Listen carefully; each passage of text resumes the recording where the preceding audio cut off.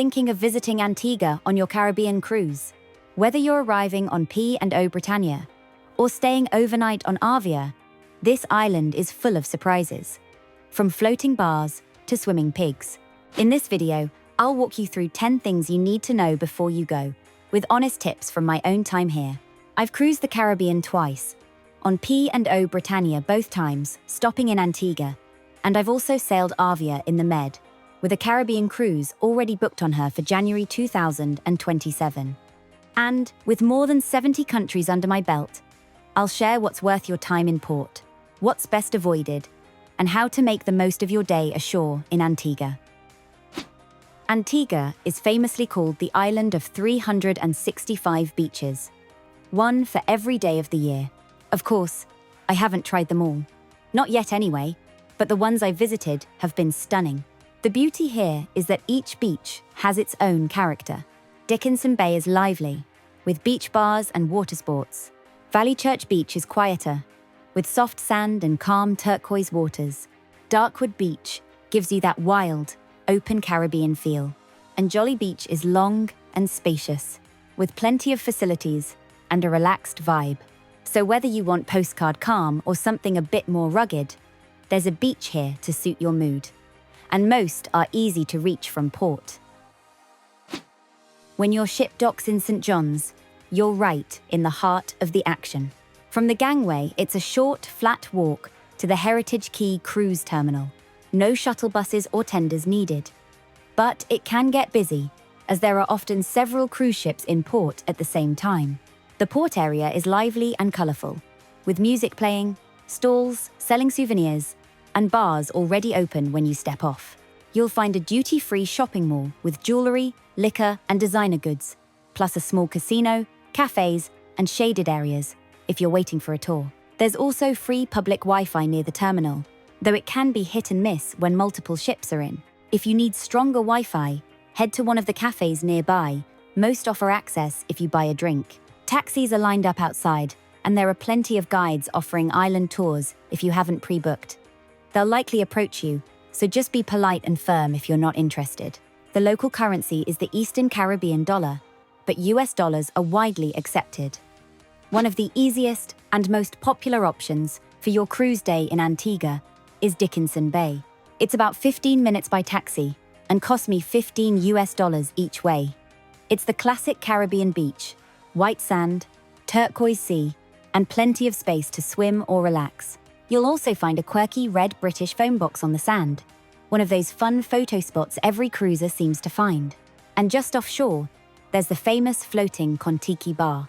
You can either swim out or wait for the shuttle boat. Be warned, it can be slow on busy days, but once you're there, it's a great vibe with loud music and cocktails that are very, very strong. Sunbeds usually cost around $10 to $15 to rent. If you want a more varied day, consider an island tour.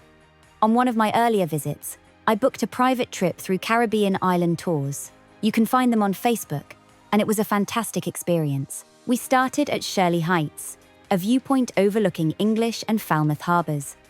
On Sundays and Thursdays, it comes alive with steel drums and sunset parties. But even during the day, the views are incredible. From there, we drove down to Nelson's Dockyard, a UNESCO World Heritage Site full of naval history. There are museums, old colonial buildings, and great stories from the guides. It's not just about the historic buildings. You'll also find a small museum with naval artifacts, cafes where you can grab an ice cream or a rum punch, and a handful of little gift shops. The harbour itself is full of yachts and sailing boats, which makes it one of the prettiest backdrops for photos. And if you're interested in naval history, this is the only working Georgian dockyard in the world that's still in use today. Then we ended the day with a swim at Valley Church Beach. It's peaceful, scenic, and ideal for winding down after sightseeing. Compared to Dickenson Bay, it feels calmer and less touristy, but still has beach bars and plenty of charm. The sand here is soft and white, and the water stays shallow for quite a way out, which makes it ideal if you're not a confident swimmer.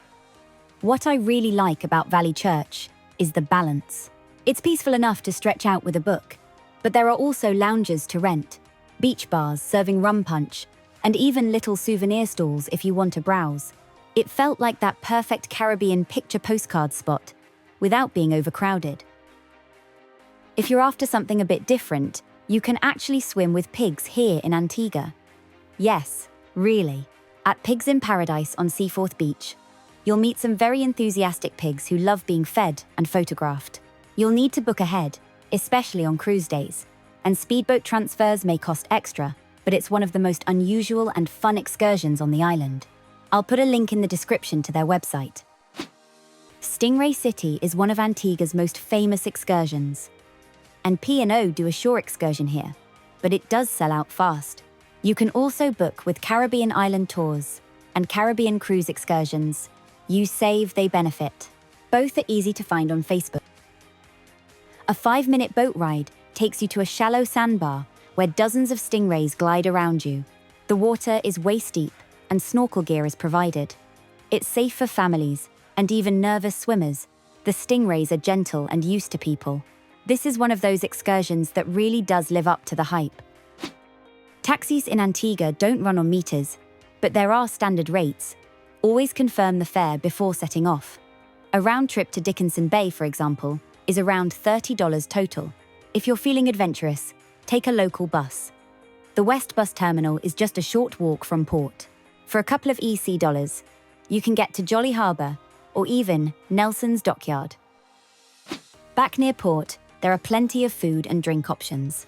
The atmosphere across the island is relaxed and welcoming, and local food spots offer great value if you venture away from the port area, and worth visiting, especially if you have an overnight stop in Antigua like you do on Arvia. On the beach, expect rum punch, jerk chicken, and plenty of seafood. And if you want something quirky, the floating Kontiki bar is hard to beat. You can have a decent day just staying in St. John's.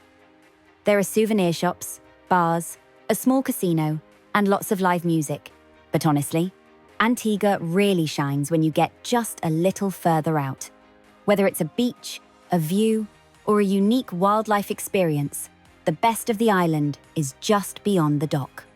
There are a few things you'll want to know before arriving. Camouflage clothing is illegal unless you're military. The legal drinking age is 16. And while English is spoken everywhere, you might also hear Spanish. Bring reef-safe sunscreen, insect repellent, and plenty of small US dollar bills for taxis and tips. A dry bag is handy if you're heading to Stingray City or the floating bar. It keeps phones and cash safe. And always pack your swimwear in your day bag, so you're ready for a spontaneous dip. And while Antigua has beaches, stingrays, and pigs, the Caribbean has so much more variety.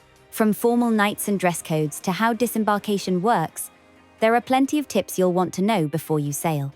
That's exactly what I cover in my video on 10 tips for a Caribbean cruise with P&O. You'll find it linked in the description, and I'll pop it up on screen now.